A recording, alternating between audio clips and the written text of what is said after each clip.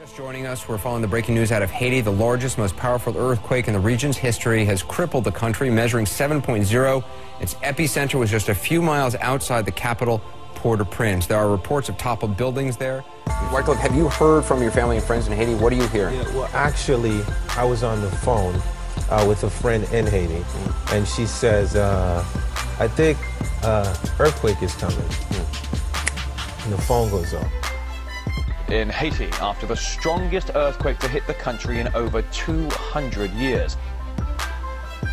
Well, what I'm seeing is absolute chaos and pandemonium at our two compounds, which are located just a couple of miles from the palace and sort of at ground zero. The entire neighborhood has been devastated. I walked through the neighborhood earlier today. I saw bodies. We're treating people at a small triage unit that we have.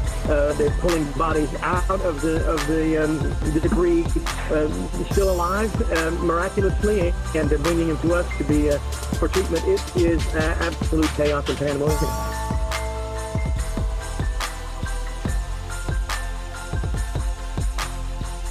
It's the best way I can say this is apocalypse.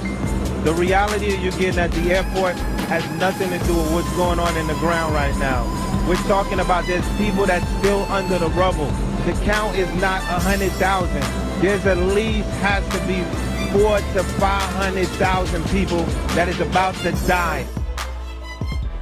Hundreds of buildings gone, collapsed, rubble everywhere. Government buildings, either fully collapsed or partially collapsed. Off the building, you can see the roof completely collapsed, and people have been saying that the buildings have continued to crumble. We need to migrate at least 2 million people in different parts outside of Port-au-Prince. We need to have an exodus. And I give you my word, if I tell them to go, they will go. But they need somewhere to go to.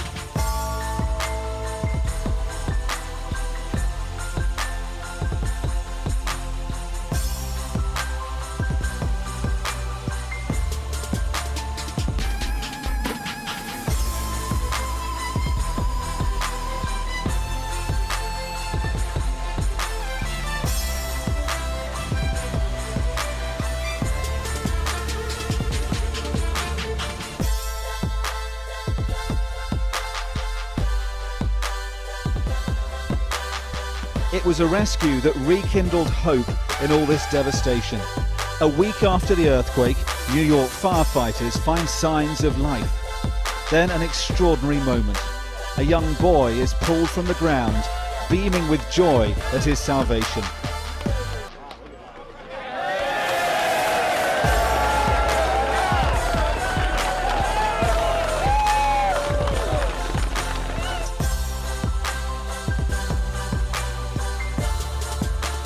Did lose a lot of people in Haiti. I personally lost a lot of people. But understand that every time real change is about to happen, it comes from the worst moment. So I feel moving forward on now, I want everybody to know we move into the 21st century. Hip-hop artist Wyclef Jean waded into the streets of his native Haiti, not to perform, but to pass out hot meals in one of the poorest sections of Port-au-Prince. I think the telethon went great, you know what I mean? But what I want everybody to know is, like, right after the telethon, I came straight out here.